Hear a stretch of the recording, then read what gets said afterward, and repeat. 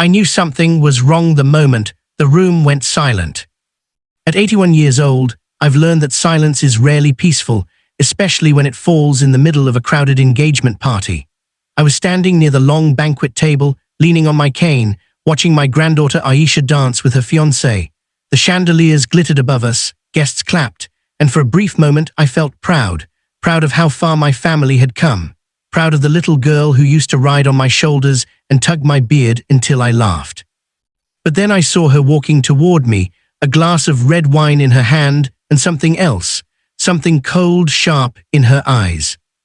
"Dada," she said loud enough for half the hall to hear, "you're embarrassing me. Why are you even here dressed like that?" I blinked. I was wearing my clean navy shalwar kameez, the same one her grandmother bought for me years ago. I thought I looked fine. Before I could answer, before I could even breathe, she tipped the wine glass forward. A splash. A gasp from the guests. Warm liquid spreading across my chest, dripping down my clothes like blood.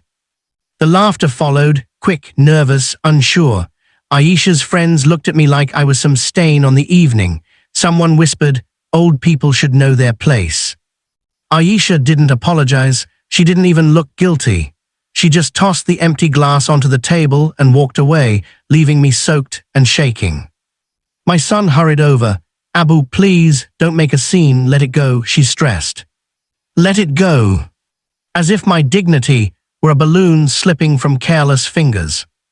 I left that hall quietly, my steps heavy, my clothes sticking to my skin.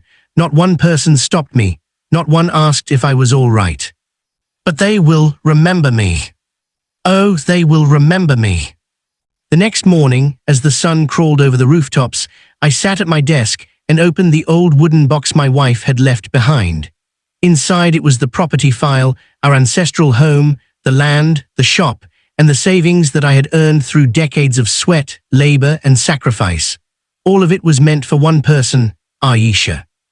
She was the granddaughter who used to help me water the plants, braid flowers for her grandmother's hair, and listen to my stories with wide, fascinated eyes. She promised she'd take care of me when I got old. But the girl at the engagement party, she wasn't the same child. Success, money, and the approval of her wealthy in-laws had changed her, and maybe, just maybe, my own family had allowed it. My phone buzzed, a message from my son. "Abu, please don't take yesterday seriously. She didn't mean it." I typed back, "Tell her to come by today. I want to give her something important before the wedding." He replied instantly, "She said she's too busy." Too busy for the man who raised her. Who held her when she cried after her mother died. Who walked her to school every morning. That was the moment I made my decision.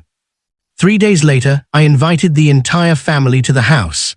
I cooked myself keema, parathas, and the sweet rice Aisha loved as a child. When they arrived, Aisha barely stepped inside before complaining about the heat, the smell of old furniture, the distance from the city. She didn't even greet me properly. I ignored it. "Sit," I said, pointing to the living room. They obeyed, mostly because they saw folders neatly stacked on the coffee table. The room instantly became silent again, the same heavy silence I remembered from the party. "I called you for an important announcement," I began. "I have decided what to do with my property." Aisha straightened in her seat, eyes lighting up as if she could already feel the keys to my house in her palm. "You're finally giving it to her," my son said with a relieved smile. "That's good, Abu." I looked at Aisha. "Stand up." She did, but with an attitude. "Yes, Dada." "Come closer." She moved toward me, a smug expression on her face. Then I said the words she never expected. "I am removing you from my will." Her mouth fell open. For a moment she looked like that little girl again, shocked, confused, lost. "What? Why, Dada, what are you talking about?" "You poured wine on me," I said quietly. "You humiliated me in front of hundreds of people. You forgot who I am. You forgot what I've done for you." "It was a joke," she snapped. "Everyone knew it was." "No, it wasn't a joke. It was disrespect." She looked to her father for help. Papa, do something. My son looked torn, but even he didn't argue. I continued. Everything your grandmother and I built will now go to people who have shown me kindness and respect. The shop will go to my nephew, who helped me run it for years. The house will go to your orphan cousin, the one who never asks for anything, yet always visits me. And all my savings will be donated to a scholarship fund for children who actually value the people who love them. Aisha's knees buckled. She sat down slowly, color draining from her face. Dada, you can't do this. Oh, but I can. Please, I'm sorry, she whispered, tears sliding down her cheeks. I accept your apology, I said gently, but apologies don't erase consequences. The family left quietly, some angry, some thoughtful, but Aisha, she stayed back after everyone else had gone. She followed me to the garden where I was watering the roses.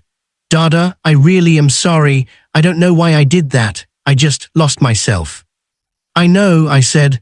That's why today is not your punishment. It's your wake-up call.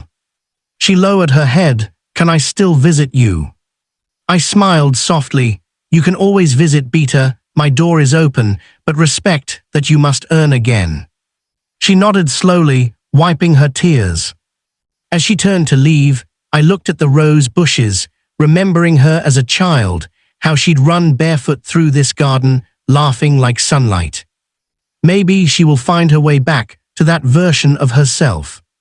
Maybe losing something will teach her the value of what remains.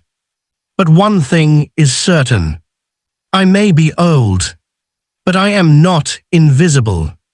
And I will not allow anyone, even the granddaughter I love, to treat me like I don't matter.